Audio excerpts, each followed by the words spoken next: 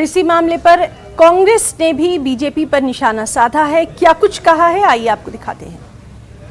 देश के तकरीबन हर घर ने, गरीब परिवारों ने, महिलाओं ने जो बचत की थी उसमें से भी सबने चंदा दी है इस ट्रस्ट के लिए।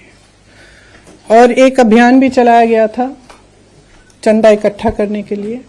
घर घर गए, चंदा इकट्ठा किया। ये सबकी आस्था है और इस पर आज चोट पहुंचाई जा रही है। जो सुरजेवाला जी आपको फैक्ट्स इसके बाद सुनाएंगे, इससे स्पष्ट है कि 3 चीजें हुई हैं। एक, दलितों की जमीन जो खरीदी नहीं जा सकती थी वो खरीदी गई है, हड़पी गई है।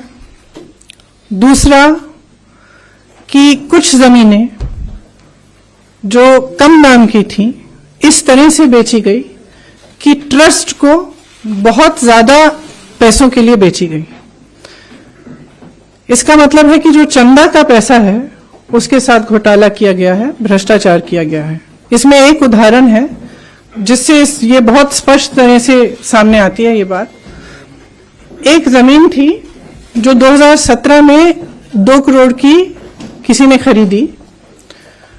उन्होंने 2021 में उस जमीन के 10,000 वर्ग मीटर बेचे ट्रस्ट को। वो 8 करोड़ के लिए बेची वो जमीन। 10,000 वर्ग मीटर 8 करोड़ के लिए बेची। उस जमीन का उसी जमीन का दूसरा हिस्सा 12,000 वर्ग मीटर 2 करोड़ में किसी एक नाम लिखा है तिवारी जी, किसी रवि मोहन तिवारी जी को 2 करोड़ में बेची गई। कब बेची? 19 मिनट बाद। ठीक है, तो जो दूसरी 12,000 स्क्वायर मीटर की जमीन है वो 2 करोड़ में रवि मोहन तिवारी जी खरीदते हैं।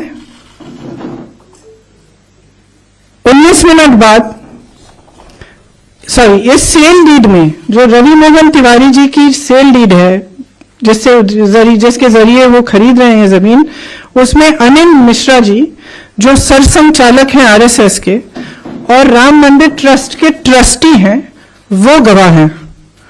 और उसमें दूसरे गवाह कौन है? ऋषिकेश उपाध्याय जो अयोध्या के मेयर साहब हैं। तो ये दोनों गवाह हैं। 5